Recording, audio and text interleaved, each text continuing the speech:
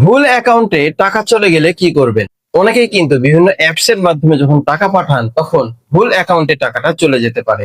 ঘাবড়ানোর কিছু নেই। আপনি যদি প্রয়োজন অনুযায়ী সঠিক ব্যবস্থা নিতে পারেন তাহলে কিন্তু এই ভুল অ্যাকাউন্টে পাঠানোর টাকাটি আপনি আবার ফেরত পেতে পারেন। প্রথমে যে বিষয়টি করতে হবে সেটি হচ্ছে আপনার ট্রানজেকশন আইডি, ট্রানজেকশনের ডেট এবং টাকার যে পরিমাণ সেটা আপনি নোট ডাউন রাখুন, এবং আপনি যে ব্যাংকিং চ্যানেলের মাধ্যমে অর্থাৎ যেই অ্যাপস এর মাধ্যমে আপনি লেনদেনটা করছেন সেই ব্যাংকের হেল্পলাইন বা হটলাইন নম্বরে ফোন দিন।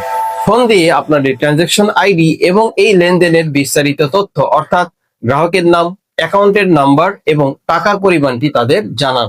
পরবর্তীতে যেটা করবেন, আপনার এই তথ্যগুলো সম্পূর্ণ অথেন্টিক ভাবে দিয়ে আপনি থানায় একটি জিডি বা জেনারেল ডায়েরি করুন। আপনি এই জিডি কপিটি নিয়ে যেই ব্যাংকের অ্যাকাউন্টে টাকাটি পাঠিয়েছিলেন সেই ব্যাংকের যে কোনো শাখায় আপনি যোগাযোগ করুন। পরবর্তীতে আপনার এই তথ্যের উপর ভিত্তি করে যে ব্যাংকে আপনি গেলেন সেই ব্যাংকের যে ম্যানেজার স্যার সে কিন্তু ওই অ্যাকাউন্ট যে টাকা গিয়েছে তার সাথে কিন্তু আপনার যোগাযোগ করিয়ে দিতে পারবে। এবং আপনার এই জিডি কপি নিয়ে যখন আপনি ওই ব্যাংকে অভিযোগ করবেন তখন কিন্তু ওই ব্যাংক কর্তৃপক্ষ ওই অ্যাকাউন্টে যে অ্যাকাউন্টে টাকাটা আপনি পাঠিয়েছেন সেটা কিন্তু সাময়িকভাবে ডেবিট ফ্রিজ করে রাখবে।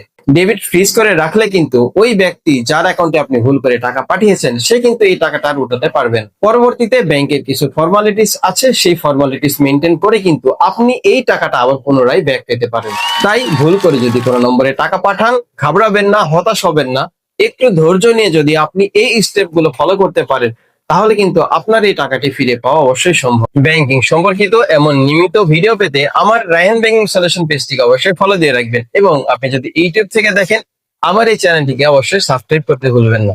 আর এই ভিডিওটি প্রচুর পরিমাণে শেয়ার দিবেন যাতে সবাই উপকৃত হয়।